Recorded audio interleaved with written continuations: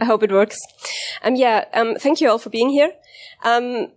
As Pedro said, Alan made the best introduction for our talk already. So whoever was at the talk just before, you already know what is going to come. We are both members of Data Science for Social Good. Danke. Okay. Yeah? Better? Okay. Lisa and I are both members for Data Science for Social Good. That's an organization based in Berlin, or Data Science for Social Good Berlin is based in Berlin. And we try to help organizations, and especially non-profits, we help them with data science, actually. So we help them with their problems when it comes to data questions, process challenges, questions about effectiveness of their impact. Actually, I wanted to introduce Lisa a bit more. She's working, we are both data scientists ourselves, at a professional level. So Lisa is working at Dimetrics Consulting Group in Stuttgart, and I'm working for Better Place, a non-profit here in Berlin. And in our spare time, we do data science for social good. Let's have a look at the agenda. First, who are we? Who is Data Science for Social Good Berlin? What non-profits we work with and we worked already with. What are most common problems that a lot of non-profits here in Berlin face? And what projects did we do already? And Lisa is then is talking you through one of the projects that we did in our last Datathon this year. Data Science for Social Good Berlin at the moment has 15 organizers. So Ellen is one of the organizers. I see Kat here as well. And Lisa and myself. And we run the organization. So it's not very data sciencey what we are doing. We really run the nonprofit. And we have far more than 100 volunteers already that help us with their expertise, with their experience in data science. If you have any more or interest in more details, have a look at our website, or just contact us by phone or by email. Have a look online at various blogs that members of us write. Our working structure, as you can imagine, we are all data scientists, also in the organizational team. So our work is very structured, especially compared to other nonprofits we used to work with. So the organizers, we do the onboarding of nonprofits, the onboarding of other volunteers, the project onboarding and offboarding as well. The management of the various projects that we run. We organize events, especially the Datathon that we talk about a bit later. We do marketing and communication. So we just do everything that needs to be done to run a nonprofit. The general organization, documentation, whatever is needed. Also legal stuff that is just needed to run a nonprofit. So who do we work with? So we try to help as many nonprofits, mainly in the Berlin area, as possible. There is one big limitation, and you can probably guess what it is. We really want to help nonprofits, but that nonprofits needs to have any data we can work with. And you might be surprised, a lot of nonprofits don't have enough data or not the relevant data to actually solve their problems or let us solve their problems. And that is sad. And sometimes we have to tell them, come back in 2 years, use the time, collect some data, store the data in a meaningful way, and come back in 1 or 2 years, and then we are able to help you.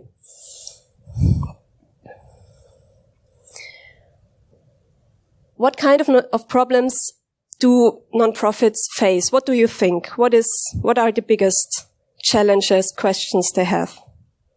Any ideas? Nothing? Okay.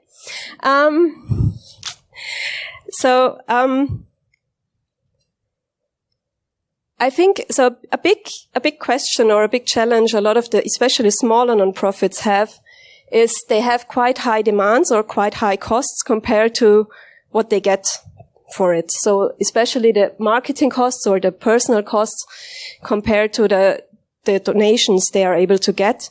That is one of the requests we quite often get. Another one is unstructured data. And also, a lot of nonprofits want to know how effective they are and how they can actually measure their activity effectiveness. So what we can do and what we did already is we can do donor segmentation, we can do target group analysis, we can help, especially in the unstructured data area, we can help with define processes of how to structure and how to automate data processes. I mean, what you actually probably do on a day-to-day basis. One of the, or definitely our most prominent event almost every year, is the Datathon. We try to run it every year. So far we did 4. And in total we were able to help 9 nonprofits to solve very specific questions or challenges they had. And one project from the last Datathon, that was Studieren ohne Grenzen, so Studies Without Borders. And we helped them to explore and to deep dive into their survey results. So they collect survey results on a regular basis, and they wanted to get more out of it. They wanted to do more analysis with those survey results. A Datathon is a weekend, so it starts on Friday, somewhere after lunch, and ends on Sunday. And it's a weekend full of hacking, programming, coding, but also a lot of community building, getting to know each other, helping each other, learning from each other, having fun. It's a big part of it. And yeah, I'm now handing over to Lisa. She's going to explain in more detail about that one project that we've did on our last Datathon. Thank you.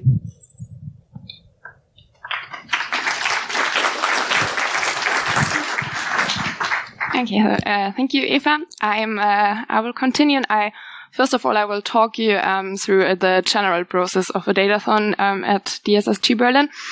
And of course, obviously, before such an event can happen, there has to be some planning and some preparation. So first of all, we need to kind of prepare the projects that the volunteers kind of approach at the Datathon. And preparing the project means that when an NGO reaches out to us and they say, well, we do have a problem and we think maybe data science is a way to solve it, can you help us? Then we have to meet the NGO and we have to sit down together and talk about their actual problem and to find out, is it really a problem that we can approach with data science and that our volunteers can solve? And we need to find out, is the problem, it's realistic? Do the data at the NGO, do they have the necessary data? Is the quality sufficient? But also is the project that we would define time-wise and something that's realistic for a Datathon, because we only have a weekend. And then we talk with the NGO, we find out whether the project is realistic, and then we can say, yes, let's make it a Datathon project. And then afterwards, we go to our volunteers and we have to find data ambassadors, or we're looking for data ambassadors. These are volunteers that want to get involved maybe a little bit more. And they sign up for working closer together with the NGO, and they prepare the project. So they meet and they decide, well, what's the goal? What should the impact be? What or how does the data have to be prepared? And then the data ambassadors, they start preparing the data. And they are something like the contact person for the NGO when it comes to preparing the project. Because for us at DSSG Berlin, there are other things keeping us busy before the Datathon. We obviously have to kind of like organize the event. So we are looking for a location. We need to find sponsors. We need to find volunteers. We need to get all the logistic stuff and make it work. And so when we have like the preparation done, then the actual Datathon can happen. And what you see here is a little schedule about what it looks like when the weekend is happening. So it starts on Friday afternoon in general, and there's a reception. And then the NGOs, they present the projects. So they come and they talk to the volunteers about their projects and what's going on. And then the volunteers can decide afterwards what sounds most interesting to them, where do they want to get engaged, and then they can form groups. And during Saturday and Sunday mornings, they work on the projects and analyze the data. And then on Sunday afternoon, that's, I think, almost the best part of such a datathon weekend. There's the final presentation. So the volunteers, they show the results to the NGOs and also to the other volunteers, the other groups. And you can really see amazing things what the volunteers actually are able to do in such a short time. And that's pretty cool to see. And yeah, as Eva said, I will tell you a little bit more about the project with Studieren ohne Grenzen. It's a non-profit organization that awards scholarships to students in countries with social and economic issues, and thereby they support the students, but they also try to improve the local infrastructure or the education infrastructure in the countries. And we work together with Studieren ohne Grenzen Berlin, and they support students in the Democratic Republic of Congo. And what you can see here is it's our project agreement that we have with the NGO before the datathon. And that's something our data ambassadors and we work out together with the NGO before. And first of all, when we define a goal and we define the impact that the project should have, which is really important to be really clear, because this is one thing that helps the volunteers when they start working on their projects to really think about where could the analysis go, what kind of ideas should we where should we start working, and what should the analysis look like, or what models should we build, whatever they want to do, and how should the problem be approached. And in the case of Studieren ohne Grenzen, as Eva has already said, they have survey data, and they wanted the volunteers to explore the survey data and to find common topics or correlations to then, in the end, make some suggestions or recommendations how the program itself can be improved. And the impact should be that they check their theory of change against the reality, if it's working, what they're actually doing. And then one thing that's also really important, or maybe most important, of course, is when we prepare the projects or when we think about datathon projects, what kind of data can be used or what data is available. And that's also really important for us to be clear and precise here before the project to find out what data is there and how should the data look like. Because as many of you, I think, are data scientists, and we all know that the quality of the data that you work with is so crucial for the success of a project. So here, Studieren ohne Grenzen, for example, they had survey data from their students in the Republic of Congo, and it's a French-speaking country, so the answers and responses were in French. But we here in Berlin, our volunteers, most of them, they don't speak French, so we needed to have the data in English. And then, for example, the NGO committed themselves to translate the responses, and then also to provide the responses in, I think it was in Google Sheets, so that our volunteers could work with it. Then here, it's called the process, but it's more a list of what we kind of commit ourselves as DSSG to provide, but also the data ambassadors and the NGO.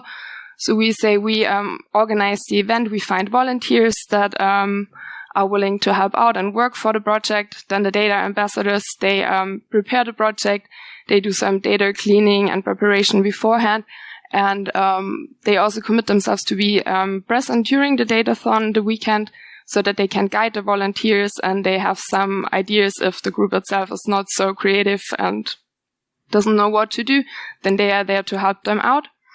And the NGO itself is also, what they commit themselves to is to kind of provide the necessary data and then also support the data ambassadors and the volunteers as well, before the project, but then also during the projects, during the datathon, they are there and they are present the whole time and work together with the volunteers on the project.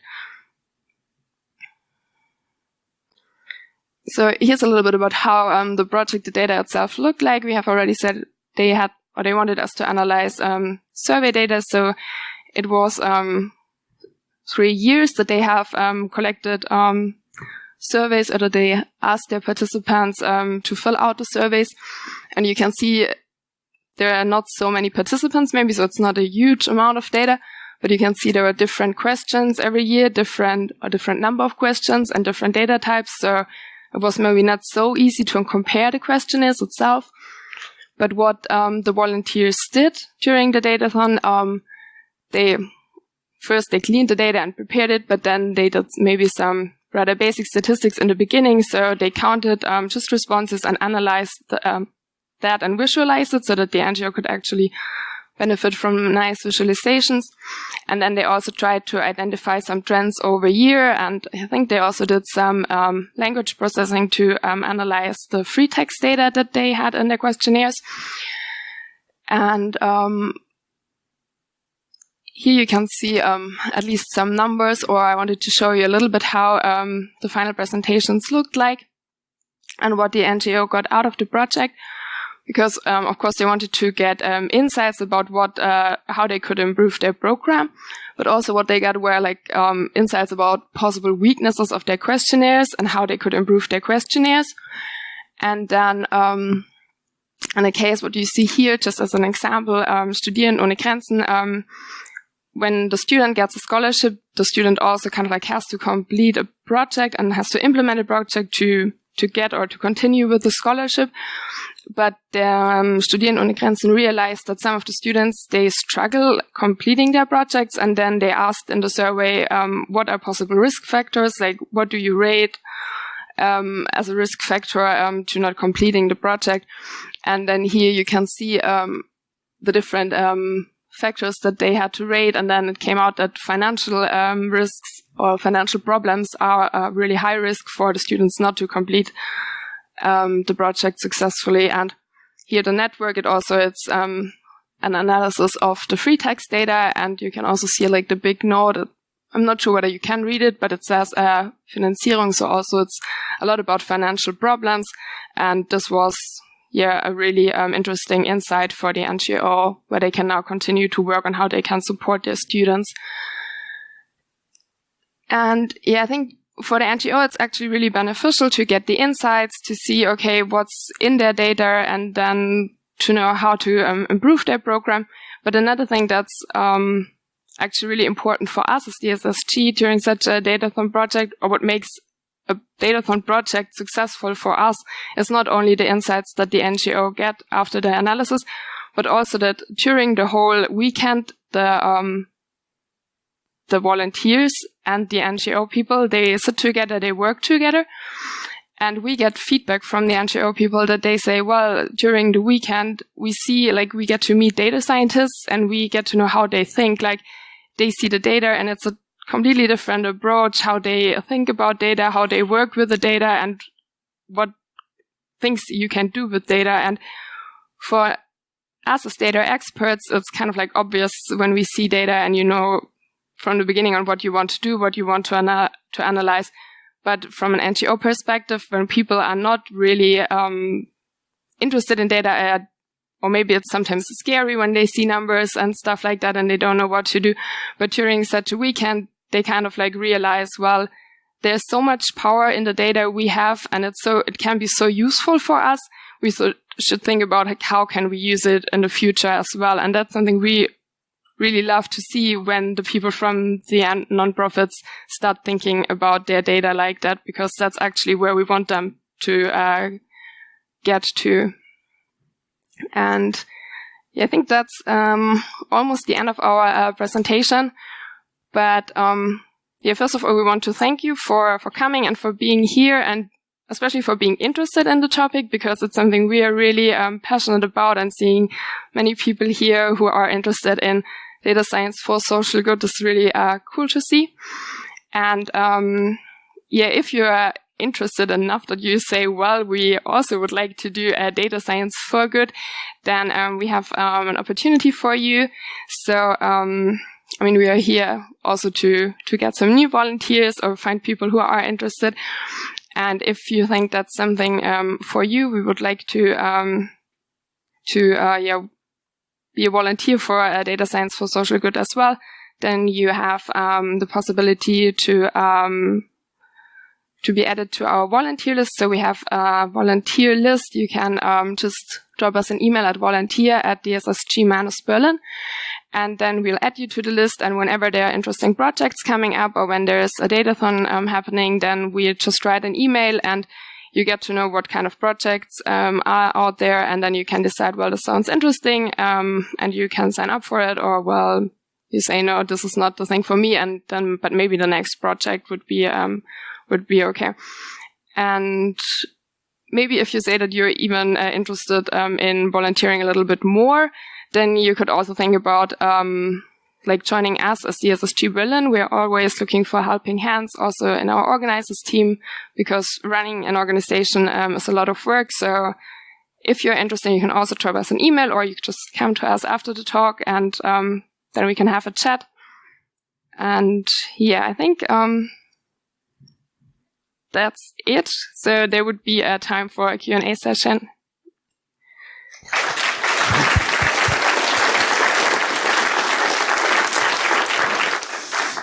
Okay, some time for questions. Yes. Sorry. Hi. Thank you for the talk. I'm interested in whether or not you experience any problems with gaps in understanding, not only misunderstandings from the nonprofit side about data and data science, but also perhaps more interestingly, misunderstandings from data scientists about social organizations and the structure and what they're looking for, and how do you bridge those if they happen? Can you hear me? Yeah, thank you for the question. I think, not at the Datathon, but what comes in my mind is one of our other events that we run on a regular basis. We face that quite often, that especially the NGO is so deep, it's so closed into their problems and into their world that it's quite difficult for data analysts from outside or from data scientists to actually grasp the problem in a short time. And I think for us, one of the challenges that we want to get better as well, and where we need the preparation and the data ambassadors for the big event, is really to make sure that the problem is also the right problem for a Datathon, for example, or also for any of the other events that we are running. So the problem can't be too complex, or the problem can be complex, but it has to be easy to explain, so that the volunteers don't waste their time in asking the questions just to understand the problem. So yeah, we face that a lot. Yeah. Hi. Firstly, thank you for the talk. I'm a bit of an imposter. I'm actually a developer. But I came because I would like to work with social impact, and especially with environmental causes. So I was wondering, this DSSG looks great for data science, but do you also know if there's like a developers for social good in Berlin or anywhere? Or I can start one, I don't mind.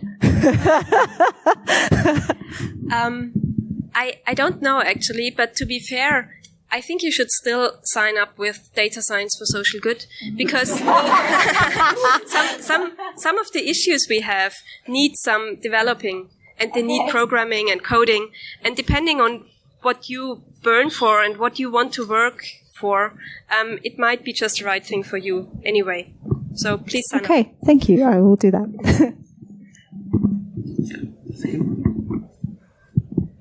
Hello, thank you for the talk. I was also wondering, so you were mentioning the hackathons in Berlin, but is it also possible to do this kind of remotely, or like if you can't easily go to Berlin, or like how often would the hackathons be in Berlin, and is it possible to do it from like home office kind of thing? Thanks. So the hackathon is about once a year in Berlin. It's only so hackathons are only in Berlin, but for example, like I'm living in Stuttgart and working there, so I just work remotely. For DSSG Berlin, we have like a call or meeting every second week. So I just participate via a video call, so that's possible. And then for the hackathon, I come to Berlin, or for now for the conference, but I guess it depends on how close you want to work with them, or how often you want to travel to Berlin as well, that you could,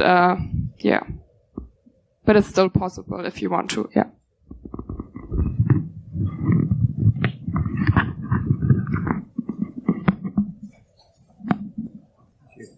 I actually have two questions. Are all your projects done through hackathons, or do you have any that go on over a longer period? And the second question is, Have you had any contact with larger NGOs? Because I'd imagine they might have more data, or is it just they're too complex to work with? Okay, so for the first the second question, we say that we like to work with NGOs where we can have a real impact, and we say that the large NGOs, they have more money, so they could kind of like pay a data scientist to work for them, and that's why if we have the choice, we prefer to work with the smaller NGOs, because they just don't have enough money to pay a data scientist. But in general, we would work with bigger NGOs as well. And as you said, they might have more data. That's kind of like true. And the first question? Okay, no, we are just working with a hackathon, so really small projects who are very precise, and you can like finish after a few hours or in a few hours. But I think there are other organizations who are kind of like helping NGOs if they have longer projects. And so there are other organizations that do similar work than we do. Yeah. Maybe to add to that, not every project has to go or goes to the datathon. I think that was part of your question as well. So sometimes we face questions that are quite easy for us to answer, or that we can just answer in one evening. So we have other event formats as well that don't have that huge preparation time and don't have that huge setup of a datathon. So yeah, that is true. No more questions? Okay, so we are done for today. I hope you all reach out to Data Science for Social Good Berlin. Once you start helping people and using your skill set towards that, it's amazing and it's really hard to stop. So applause for our speakers and thank you.